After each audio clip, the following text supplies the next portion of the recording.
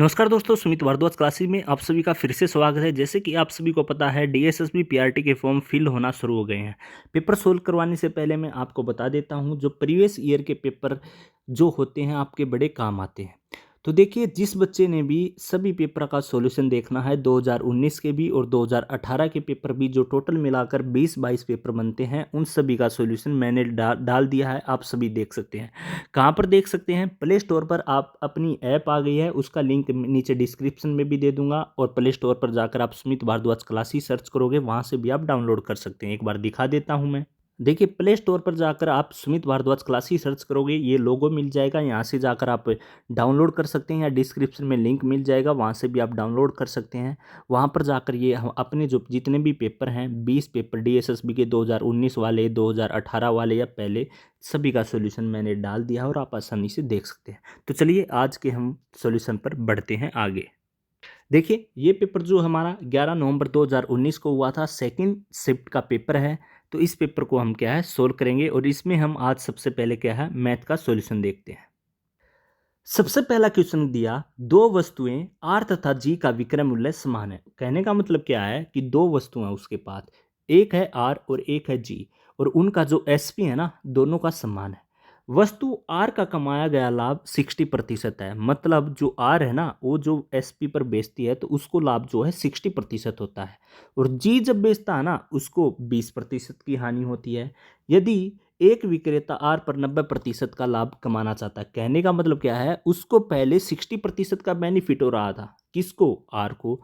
पर वो बोल रहा मेरे को 60% का बेनिफिट नहीं करना, इतने में मेरे को सब्र नहीं हुआ, मेरे को तो 90% का लाभ चाहिए। तो वह 90% का लाभ कमाना चाहता है। और जी का क्रय मूल्य भी बता दिया हम, ये अच्छी बात है। जी का क्रय मूल्य क्या है? 460 रुपये है। सबसे पहले हम देखते हैं, हमारे पास जी का क्या नहीं है, एसपी नहीं है। ठीक है, तो हम जी का क्या है, सीपी और एसपी निकाल लेते हैं। कैसे? देखिए, मैं लेट कर लेता हूं। सबसे पहले मैं ट्रिक से बता देता हूं, फिर मैं क्या आपको इस सवाल को समझाऊंगा। देखिए, वह लाभ कितने प्रतिशत का कमाना चाहता है? 90% का। तो 100 पे 90% का लाभ कमाना चाहता है, कितना हो गया? 190 हो गया। तो जो ऑप्शन 19 से भाग हो जाएगा, वही हमारा राइट आंसर हो जाएगा। तो एक ही ऑप्शन है जो हमारा 19 से भाग हो जाएगा, 437। क्यों? क्योंकि उसने पूछा क्या है, यही तो पूछा है, 190 ही तो निकालना है हमको, क्योंकि लाभ तो वह 190 का कमाना चाहता है ना। मतलब कि 90% का लाभ कमाना चाहता है ना। पहले 100 था, 100 पे 90% का लाभ कमाएगा तो 190 हुआ ना। तो जो ऑप्शन हमारा 19 से पूरा भाग हो जाएगा, वही क्या है, राइट आंसर हो जाएगा। तो ये तो रही ट्रिक की बात, ऑप्शन की सहायता से। पर कई बार क्या होता है, हम सोल्व कैसे करेंगे इस सवाल को, वह हम क्या है देखते हैं। देखिए, इस सवाल को हम लेट मानकर सोल्व कर लेंगे। मैंने क्या किया, सीपी जो है मेरा आर का, जो उसने बताया, सीपी जो है मेरा आर का कितना है, मेरा 100 रुपये। और मेरे को बेनिफिट कितना हो रहा है? 60% का है। मतलब क्या, मेरा एसपी कितना हो गया आर का? 100 पे 60% का बेनिफिट हुआ, 160 हो गया। क्लियर? अब आते हैं जी पर। जी ने बोला उसको 20% की हानि होती है। एक समझने की बात है, सीपी किसका? जी का। उसने बोला इसको ना 20% की हानि होती है। अगर मैं जी का सीपी क्या है, 100 मान लेता हूं, 20% की हानि हुई, तो एसपी कितना आ गया उसका? 80। पर उसने बोला आर तथा जी का एसपी सेम होना चाहिए। 80 और 60 क्या सेम होते? 160 नहीं होते। तो फिर मैं क्या है, जी का जो है सीपी कितना मान लेता हूं, कॉस्ट प्राइस 200 मान लेता हूं। और 200 का 20% हानि होती है, तो 40। 200 का 20% कितना होता है? 40। तो 40 की हानि हुई, तो इसका एसपी कितना आ गया? 200 में से 40 गया, 160। अब देखिए, जो क्वेश्चन में बोला हुआ है, क्या वह स्टेटमेंट हमारी क्लियर हो गई? बिल्कुल हो गई, क्योंकि उसने बोला है दोनों का एसपी समान होना चाहिए। तो हमारा आर का भी और जी का भी एसपी दोनों का समान हो गया। अब उसने दिया है सीपी की वैल्यू, जी का जो सीपी है ना, क्रय मूल्य है, उसकी वैल्यू 460 दी है। मतलब कि 200 की वैल्यू 460 दी है, और पूछा कितना है? 190 पूछा है। तो कर सकते हैं, बिल्कुल सिंपल था। 200 की वैल्यू उसने कितनी दी? 460।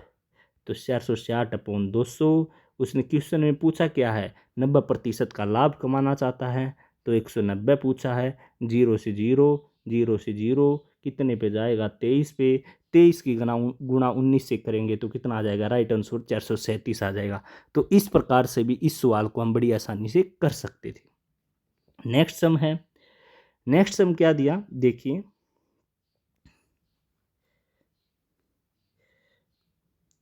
पी क्यू आर 3 व्यक्ति हैं, वे अपने साथ मिलकर कोई भी काम शुरू करते हैं। उसने बोला पी कुल निवेश करता है 1/6 भाग, ठीक है, और क्यू कुल निवेश करता है 2/5 भाग। तो इनका रेशो बताइए। देखिए एलसीएम ले लेता हूँ, 5 और 6 का रेशो कितना आ जाएगा, 30। सबसे पहली बात तो यही हमारा आंसर जो है खत्म हो गया, ऑप्शन है। टोटल 30 होना चाहिए भाई, तो टोटल 30 किसका बनता है, 5/12/13 का टोटल क्या है, 30 बनता है। फिर भी हम आगे सोल्व कर लेते हैं। 6 को 30 से भाग करूंगा कितने पे जाएगा, 5 पे जाएगा। 5 को 30 से भाग करूंगा कितने पे जाएगा, 6 पे जाएगा। 6 दूनी कितना हो जाएगा, 12। तो 5/12/13 जो हमारा राइट आंसर आ जाएगा। तो बी जो ऑप्शन हमारा राइट हो जाएगा।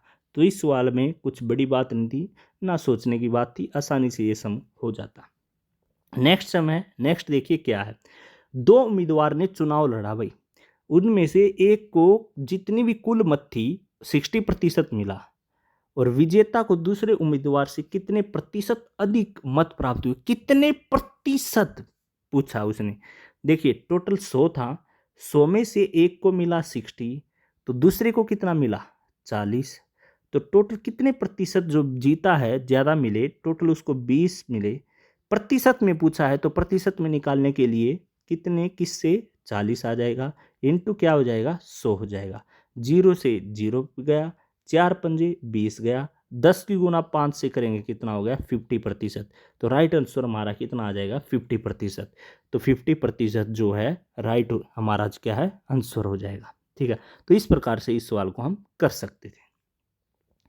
नेक्स्ट है, उसने बोला एक रेलगाड़ी दिल्ली से 7 AM पर चलती है और उसी दिन 1 PM पर जयपुर पहुंच जाती है। देखिए ये रेलगाड़ी दिल्ली से चली, जयपुर पहुंची, कै बजे चली, 7 AM पर चली, और कितने बजे पहुंच गई, 1 PM पर पहुंच गई, ठीक है भाई। फिर उसने बोला दूसरी रेलगाड़ी जयपुर से चली, मतलब कि ये उल्टी चली, वही जयपुर से चली कितने बजे, 9 AM पर, और कितने बजे पहुंच गई 2 PM पर। तो बताइए ये कितने बजे दोनों रेलगाड़ी मिलेंगी। देखिए ये 7 बजे चली थी, 1 बजे पहुंची, टोटल इसको कितने घंटे लगे, 6 घंटे लगे। ये 9 बजे चली थी, 2 बजे पहुंच गई, टोटल इसको कितने घंटे लगे, 5 घंटे लगे। अब एक फॉर्मूला होता है, अगर सेम डायरेक्शन में चल रही हैं तो x माइनस वाई हो जाता है, और अगर अपोजिट डायरेक्शन में चल रही हैं तो x प्लस हो जाता है। ये सेम अपोजिट डायरेक्शन में चल रही है क्योंकि एक तो जा रही है और एक आ रही है, तो ये अपोजिट डायरेक्शन में चल रही है, तो x प्लस वाई क्या हमारा फॉर्मूला हो गया। यहाँ तक मेरे ख्याल से किसी बच्चे को कुछ डाउट नहीं, जो स्टेटमेंट बोली थी वही मैंने बस अभी तक आपको बताया है। क्वेश्चन तो हम आगे से सोल्व करेंगे। यहाँ से क्लियर। अब आप इसका स्क्रीनशॉट ले सकते हैं या नोट कर सकते हैं, मैं इसको इरेज करता हूँ। अब आते हैं आगे। अब कुछ नहीं, हम टोटल डिस्टेंस निकाल लेते हैं। पहली को 6 घंटे लगे, दूसरी को 5 घंटे लगे। टोटल डिस्टेंस के लिए एलसीएम ले लूँगा, 6 का और 5 का एलसीएम 30 आ जाता है, तो हमारा टोटल डिस्टेंस कितना हो गया, 30 हो गया। ये कितने पे गया, 5 पे गया। ये कितने पे गया, 6 पे गया। अब आती है बात, देखिए पहली रेलगाड़ी 7 बजे चली थी और दूसरी रेलगाड़ी 9 बजे चली थी, और टोटल डिस्टेंस हमारा 30 था। मतलब कि पहली रेलगाड़ी 7 बजे चली, दूसरी रेलगाड़ी 9 बजे चली, 2 घंटे तक कौन सी रेलगाड़ी चली, ये मतलब क्या, जब दूसरी रेलगाड़ी चली ना तब तक पहली रेलगाड़ी को चले हुए 2 घंटे हो गए थे भाई, और वह 1 घंटे में कितना क्रॉस करती है, देखिए ये लिख रखा 5 किलोमीटर क्रॉस करती है। 2 घंटे में कितना किलोमीटर क्रॉस कर दिया उसने, 10 किलोमीटर क्रॉस कर दिया। मतलब क्या कि टोटल डिस्टेंस कितना था, टोटल डिस्टेंस 30 था। जब दूसरी रेलगाड़ी ने चलना शुरू किया, जब 30 में से 30 में से 10 किलोमीटर तो पहली रेलगाड़ी क्रॉस करके आ चुकी थी। मतलब कि जब दूसरी रेलगाड़ी ने चलना शुरू किया तब जो टोटल डिस्टेंस है 20 किलोमीटर ही बचा हुआ था। बात समझ में आई भाई बच्चों? मान लीजिए भाई टोटल डिस्टेंस 50 किलोमीटर कवर करना है।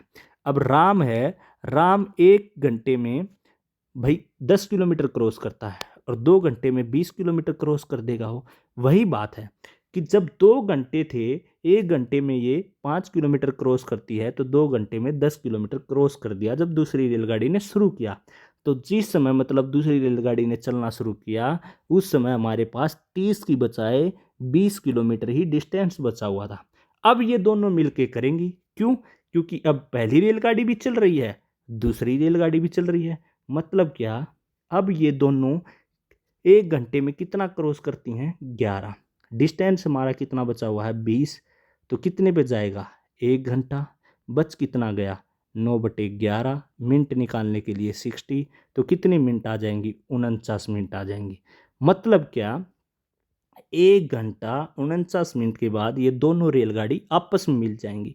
पर क्वेश्चन में ये नहीं पूछा कितने समय के बाद, उसने बोला है कितने बजे मिलेंगी। तो लास्ट रेलगाड़ी चलती है 9 बजे।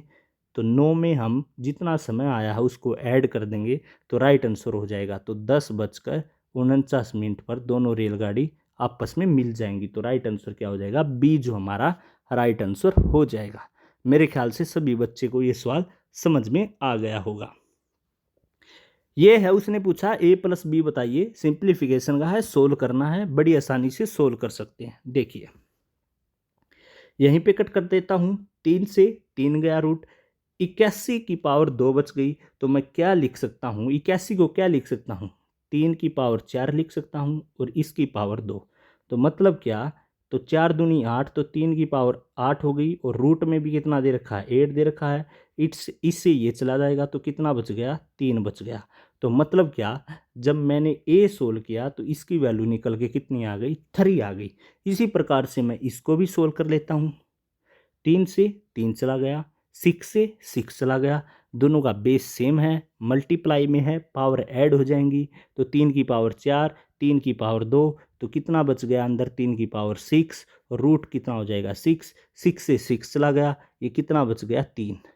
तो ए की वैल्यू 3 आई और बी की वैल्यू 3 आई। टोटल कितना हो गया? 6 हो गया। तो राइट आंसर कितना हो जाएगा? 6 जो हमारा राइट आंसर हो जाएगा भाई। नेक्स्ट हम करते हैं भाई सांस चढ़ जाते हैं जल्दी। कोरोना में 1 महीने से उठे हैं, कोरोना हो गया था तो थोड़ा ये एडजस्ट कर लेना भाई। नेक्स्ट सम है 548b। तो b की जगह हम क्या रखें कि 6 से भाग हो जाए? ये सवाल करवाने की जरूरत नहीं है, ऑप्शन में से आप पुट करके 4 रखोगे तो 6 से क्या है? ये भाग हो जाएगा। तो राइट आंसर क्या हो जाएगा? 4 हो जाएगा भाई। नेक्स्ट है पाई चार्ट वाला। उसने दिया है, उसने पूछा क्या हुआ है देखिए, P4 तथा P1 के लिए जो केंद्रीय कोण के बीच का अंतर है वह बताइए क्या होगा। P4 उसने दिया 22%, P1 दिया 13%। इन दोनों का डिफरेंस कितना हो गया? आप सभी को पता है 22 में से 13 गया, 9% जो इनका डिफरेंस हो गया। उन्होंने क्या पूछा है? केंद्रीय कोण, कोण पूछा है। तो कोण के लिए क्या होता है? 360 डिग्री होता है। आप सभी को मेरे ख्याल से पता होगा कोण के लिए कितना हो जाता है भाई? 360 डिग्री होता है। तो सोल्व कर लेंगे। देखिए 9/100 इंटू 360 डिग्री, 0 से 0 चला जाएगा। 36 को हम 9 से गुणा करेंगे, 9 छिक 54 और 32 अपॉन कितना हो जाएगा? 10। तो कितना आ गया? 32.4 डिग्री जो है इसका राइट आंसर आ गया। तो इस प्रकार से इस सवाल को हम सोल्व कर सकते हैं। तो राइट आंसर कितना हो गया? 32.4 डिग्री जो इसका राइट आंसर हो गया। अब ये सिंप्लीफिकेशन का गुणा का सवाल है, ये आप सोल्व कर सकते हैं। वैसे सोल्व करवाने की जरूरत नहीं है, 7 या 21 हो जाएगा, इसकी मल्टीप्लाई करोगे आप इसका हो जाएगा। तो आप सोल्व बड़ी आसानी से कर सकते हैं। देखिए 7 या 21, 20 और 4, तो आप सोल्व कर लेना। इसका राइट आंसर कितना हो जाएगा? 3 हो जाएगा। क्योंकि ये तो बिल्कुल बेसिक क्वेश्चन है भाई बच्चों का, तो ये करवाने की जरूरत नहीं है। तो मैं समझता हूँ कि जो बच्चे पीआरटी का पेपर दे रहे हैं तो ये सवाल तो आप आसानी से कर सकते हैं। नेक्स्ट हम देखिए ए, बी तथा सी की जो आय है उनका अनुपात 1:2:3 है, और जो खर्च करते हैं ना उसका अनुपात 2:3:4 है। उसने हमको यदि ए की इनकम बता दी, वही कितनी होती है 20,000 होती है, और ए की बचत बता दी कितनी होती है 8,000 होती है। तो खर्च भी पता चल गया हमको कितना होता है, सभी को पता है। जब इनकम मेरी 20,000 है, बचत मैं 8,000 करता हूँ, तो खर्च कितने करता हूँ 12,000 करता हूँ। तो ए का हमको सब कुछ पता चल गया। पर उसने पूछा क्या है, बी की सेविंग बताइए। तो बड़ी आसानी से कर सकते हैं, कोई बड़ी बात नहीं। देखिए 1:2:3 है इनकम, और ए की आय कितनी है 20,000, मतलब कि 1 किसके बराबर है 20,000 के बराबर है। 2 किसके बराबर हो जाएगा, सिंपल 40,000 के बराबर हो जाएगा, क्योंकि एक की वैल्यू 20,000 है, दो की वैल्यू 40। तो बी की आय कितनी है भाई 40,000 है। सिंपल भाई पता चल गया होगा, बी की आय कितनी है 40,000 है। अब देखते हैं हम खर्च। खर्च दे रखा उसने 2:3:4। अब हमको पता है ए का खर्च कितना है 20,000 आए 8,000 की बचत करता है। खर्च क्या है ए का खर्च है भाई 12,000 रुपये, मतलब कि दो किसके बराबर है 12,000 के बराबर है। एक की वैल्यू निकालूंगा तो कट करूंगा तो किसके बराबर हो जाएगी 6,000 की वैल्यू हो जाएगी। तो एक 6,000 के बराबर है, तो तीन की वैल्यू कितनी हो जाएगी 6×3=18,000। मतलब क्या भाई, बी जो है ना उसकी आय तो है, देखिए बी की जो आय है ना वो तो है 40,000 और खर्च है 18,000। 40,000 कमाता हूँ, 18,000 खर्च कर देता हूँ, तो मेरी भाई बचत कितने की करता हूँ 22,000 की। मैं बहुत ज़्यादा बचत करता हूँ, तो राइट आंसर कितना आ गया, बी जो है मेरा राइट आंसर हो गया। तो बी जो है राइट आंसर हो जाएगा। तो इस प्रकार से इस सवाल को आसानी से हम कर सकते थे भाई। नेक्स्ट सम है, देखिए नेक्स्ट सम देखिए भाई, चावल के मूल्य में 25% की वृद्धि कर दी जाती है और एक गृहिणी अपने खर्च को भी बढ़ा देता है 5%। मतलब क्या, चावल का मूल्य 100 था, 25% की वृद्धि कर दी 125 हो गया, वो खर्च भी बढ़ा दे है तो कितना हो गया 105 हो गया। उसकी खपत कितने प्रतिशत से कम हो गई, तो 125 थी और 105, तो कितना आ गया डिफरेंस 20 हो गया। किस पे हो गया 125 पे हो गया, और इनटू कितना हो जाएगा 100 हो जाएगा। तो किस पे जाएगा 25 चौका 100, 25 पंजे 125, 5 चौका 20, 4 चौक 16, तो 16% जो हमारा राइट आंसर आ गया। तो इस प्रकार से इस सवाल को हम क्या है कर सकते थे भाई। नेक्स्ट है, एक ट्रक अपने निर्धारित समय से 2 घंटे पहले निकलता है। मतलब क्या, मान के चलो उसको 8 बजे निकलना था, पर वह 6 बजे निकल लेता है। क्यों, क्योंकि वह जल्दी उठ जाता है, और तथा 192 किलोमीटर दूर अपने गंतव्य स्थान पर पहुंच जाता है, और अपनी सामान्य गति में 8 किलोमीटर प्रति घंटे की कमी करनी पड़ेगी। तो ट्रक की सामान्य गति बताइए क्या है। देखिए इस सवाल को मैं सोल्व भी नहीं करूंगा, अगर मैं दिमाग लगाऊंगा या थोड़ा सा भी सोचूंगा तो डायरेक्ट ऑप्शन से कर सकता था। क्यों, देखिए जो मेरा डिस्टेंस है उसने 192 दिया, मतलब कि 192 किलोमीटर दिया। कहने का मतलब क्या है, मैं पैदल चलूँ, कार से चलूँ, 90 की स्पीड से चलूँ, 40 की स्पीड से चलूँ, 10 की स्पीड से चलूँ, रुक रुक के चलूँ तो मैं 192 किलोमीटर ही होगा ना। कहने का मतलब क्या है, डिस्टेंस तो मेरा सेम ही रहेगा ना। तो बस डिस्टेंस सेम रहेगा तो एवरेज जो स्पीड होगी वह क्या है 192 को डिवाइड करेगी पूरा। तो जो ऑप्शन 192 को पूरा भाग कर देगा वही हमारा राइट आंसर आ जाएगा। क्यों, क्योंकि मैं किसी भी स्पीड से चलूँ डिस्टेंस तो मेरी सेम ही रहनी है ना।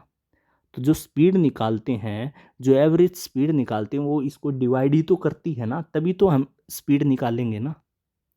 क्यों, मान लीजिए मैं 100 किलोमीटर जाता हूँ और 100 किलोमीटर प्रति घंटे के हिसाब से मैं 10 किलोमीटर प्रति घंटे स्पीड से चलता हूँ, तो उसको भाग ही तो करूँगा ना। तो बस यही समझना था।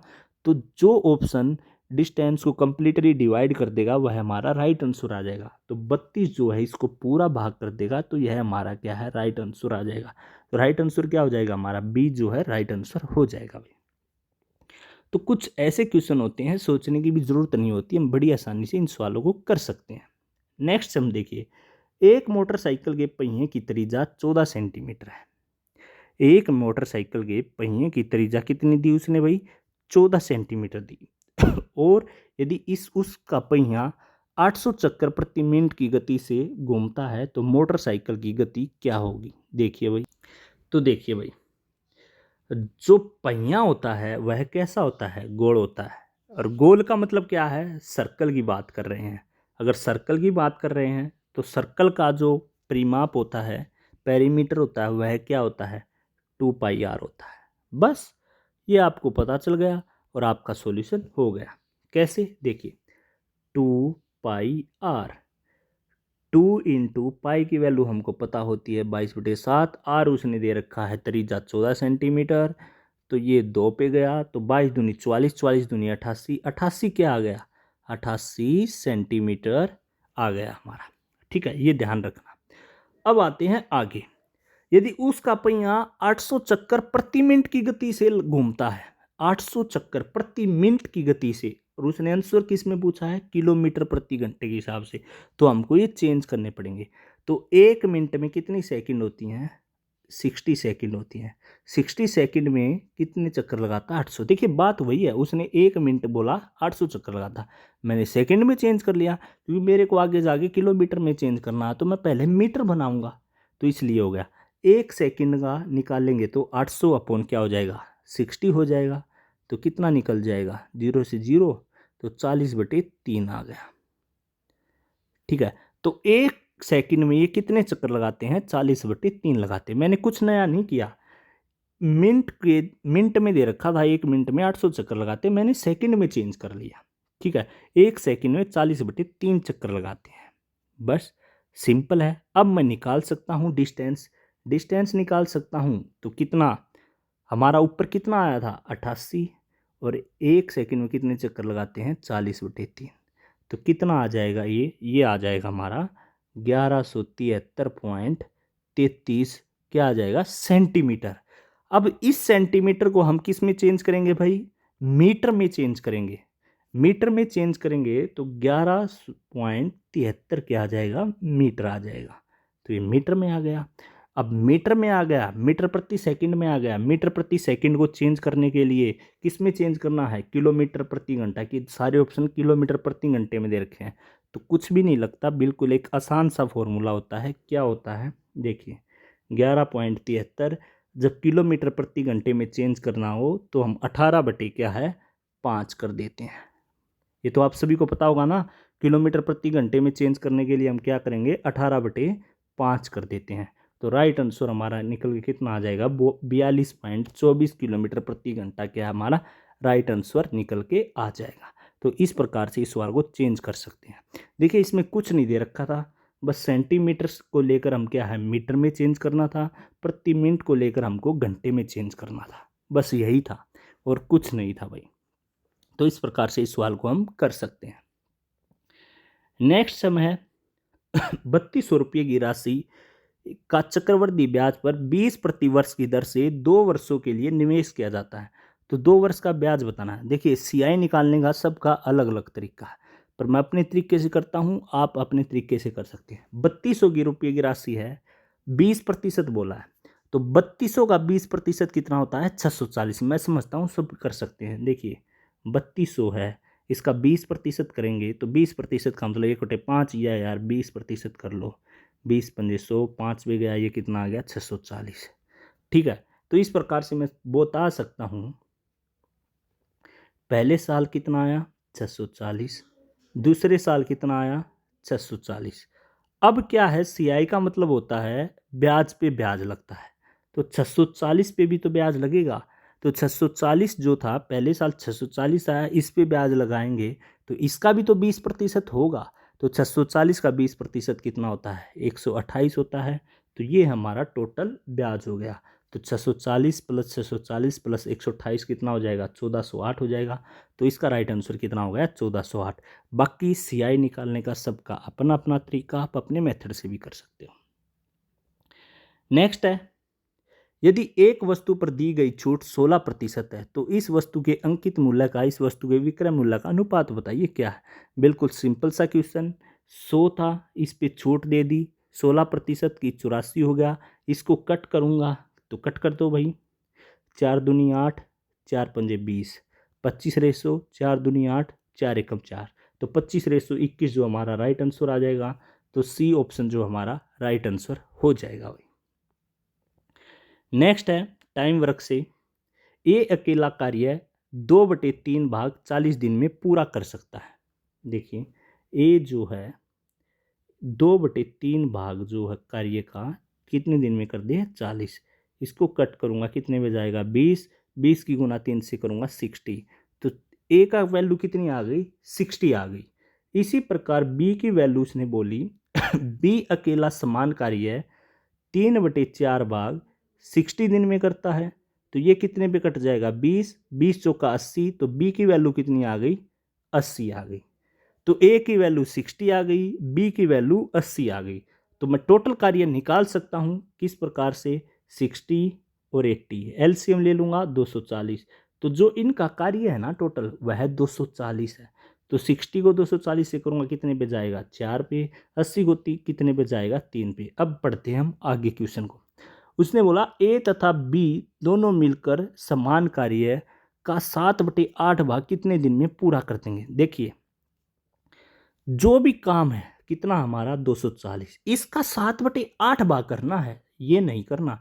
तो 240 का 7/8 भाग कितना होगा, देखिए ये कितने पे गया 8 या 24 0। तो कितना हो गया 210। कितना हो गया भाई 210। तो जो 240 का 7/8 भाग है ना ये कितना बनता है 210 बनता है। अब ये दोनों मिलकर करेंगे तो दोनों मिलने का मतलब क्या है 4 और 3 7। तो एक दिन में 7 करते हैं तो 210 काम को कितने दिन में कर देंगे 30 दिन में कर देंगे। तो राइट आंसर हमारा कितना हो जाएगा 30 जो हमारा राइट आंसर हो जाएगा। तो इस प्रकार से इस सवाल को हम क्या बड़ी आसानी से कर सकते थे भाई। नेक्स्ट सम है बिल्कुल इजी सम है और कई प्रकार से हो सकता है, सिंप्लीफिकेशन का है, काफ़ी तरीके से इस सवाल को हम कर सकते हैं। देखिए जब कभी भी बेस सेम हो तो पावर डिवाइड में दे रखी हैं तो माइनस हो जाती हैं। तो 0.8 में से 0.4 पावर जाएगी तो 0.4 वैल्यू बचती है। 1024 को मैं क्या लिख सकता हूँ, देखिए 1024 को क्या लिख सकता हूँ 2 की पावर अगर मैं 10 करता हूँ तो 1024 होता है। तो मैं लिख सकता हूँ 2 की पावर क्या बोला मैंने 10 करता हूँ तो 1024 होता है। और मेरी वैल्यू ये पावर क्या है माइनस हो जाएगी तो क्या बच जाएगी 0.4 बच जाएगी। अगर मैं दशमलव को हटाऊंगा तो नीचे 10 आ जाएगा, 10 से 10 चला जाएगा। तो 2 की पावर ऊपर क्या बच गई 4 बच गई। 2 की पावर 4 का मतलब क्या है 16। तो हमारा राइट आंसर क्या हो जाएगा 16। बाकी कई प्रकार से हो सकता है, देखिए मैं इसको इस प्रकार से भी कर सकता हूँ। पावर कितनी आ गई 0.4, इस पावर को सोल्व करूँगा तो नीचे 10। तो क्या लिख सकता हूँ 2 दूनी 4 और 2 पंजे 10। तो पावर कितनी बच गई 2/5। तो इसी प्रकार से 1024 को मैं क्या लिख सकता हूँ 4 की पावर 5। 4 की पावर जो 5 होती है ना वह भी 1024 होती है। तो इंटू 2/5 क्योंकि पावर सोल्व की थी 5 से 5 गया, 4 की पावर 2 बच गई तो 4 चौ कितना हो गया 16। तो इसका राइट आंसर क्या है 16 आ गया।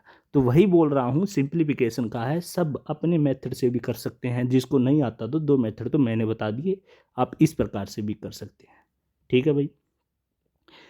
देखिए ये क्वेश्चन है, इसको घटते हुए क्रम में लिखना है। तो सबसे पहले सोल्व कर लेते हैं। 12√25 क्या होता है, 25 का रूट कितना होता है 5। तो 12 पंजे क्या आ जाएगा 60। तो इसकी वैल्यू कितनी आ गई 60।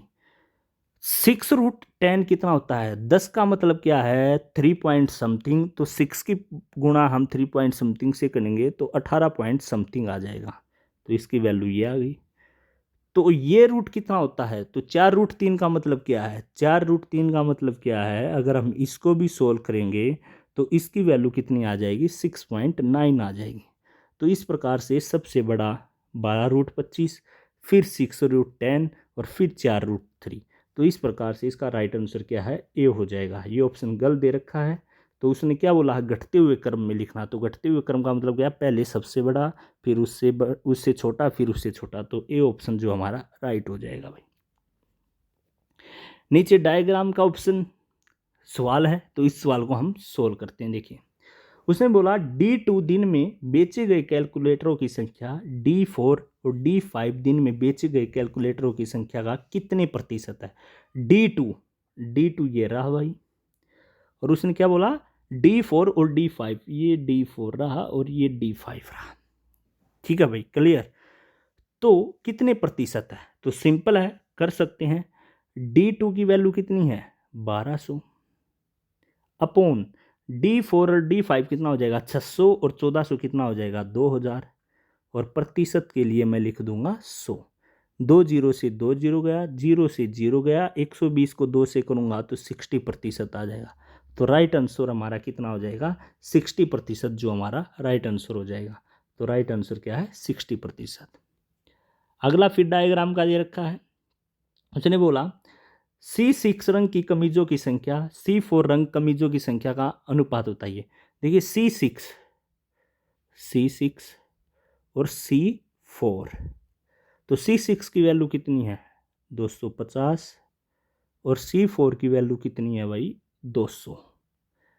तो 0 से 0 गया, पाए पाए 25 और 5 चौका 20, तो 5:4 जो अनुपात आ जाएगा। तो इसका राइट आंसर क्या हो जाएगा, 5:4 जो इसका राइट आंसर हो जाएगा। अगला सम देखते हैं। देखिए अगला सम है भाई, 8 सेंटीमीटर त्रिज्या वाले बेलनाकार बर्तन के कुछ हिस्से में पानी भरा हुआ है और एक 6 सेंटीमीटर त्रिज्या वाले गोले को पूरी तरह पानी में डुबोया जाता है। कहने का मतलब क्या है, एक बर्तन था 8 सेंटीमीटर का और उसका कुछ हिस्सा है ना, उसमें पानी भरा हुआ है। मान लीजिए ये बर्तन है, ठीक है, और ये इसकी त्रिज्या है, रेडियस है, और इसको क्या है, मैं इसमें पानी भरा हुआ है, ये मैंने क्या है, पानी भर दिया। ठीक है, कुछ हिस्सा बोला मैंने, इतना पानी भर दिया, और ये जो पानी की वॉल्यूम है ये हाइट हो गया। अब उसने बोला एक 6 सेंटीमीटर त्रिज्या वाले गोले को पूरी तरह से पानी में डुबोया जाता है। तो देख दूसरा बर्तन है भाई, ये बर्तन रहा, और 6 सेंटीमीटर का एक गोला इसमें पूरी तरह से डुबो दिया। देखिए अब जो भी वो गोला था वह पूरी तरह से बर्तन में डुबोया गया। जो उसका आयतन था, जो उसका वॉल्यूम था, उसने स्थान घेरा होगा। अब उसने स्थान घेरा होगा तो पानी का जो लेवल है वह ऊपर बढ़ जाएगा। एक सिंपल सी बात है, क्योंकि जब कोई वॉल्यूम घेरेगा, उसका एरिया घेरेगा, स्थान घेरेगा, तो उसका जो है ऊपर बढ़ जाएगा लेवल। तो उसने वही बोला है पानी की ऊंचाई में कितनी बढ़ोतरी हुई। तो देखिए जब ये गोला पड़ा तो उस पानी का लेवल क्या है, बढ़ गया। सिंपल सी बात है, क्योंकि इसने स्थान घेरा है तो पानी की ऊंचाई बढ़ेगी। बस यही समझने की थी कि जो ये वॉल्यूम है ये क्या है, बढ़ेगा। तो वॉल्यूम ऑफ स्फीयर और वॉल्यूम ऑफ सिलेंडर, ठीक है भाई। तो इसको मैं लिख सकता हूं, देखिए कैपिटल, इसकी आर मैंने कैपिटल से डिनोट कर दी, इसको 8 सेंटीमीटर हो गया। इसकी मैंने स्मॉल आर से डिनोट कर दी, ये कितना दे रखा है, 6 सेंटीमीटर हो गया। ठीक है, अब बस अब फॉर्मूला पता होना चाहिए। कैसे, volume of sphere equal volume of cylinder. अब देखिए वॉल्यूम ऑफ स्फीयर का फॉर्मूला क्या होता है, अगर आप सभी को पता है, 4/3 पाई आर क्यूब जो है इसका फॉर्मूला होता है। और ये क्या हो जाएगा बताइए, पाई आर एच हो जाएगा। पाई से पाई कैंसिल हो जाएगा, 4/3 आर क्यूब बच जाएगा। तो 4/3,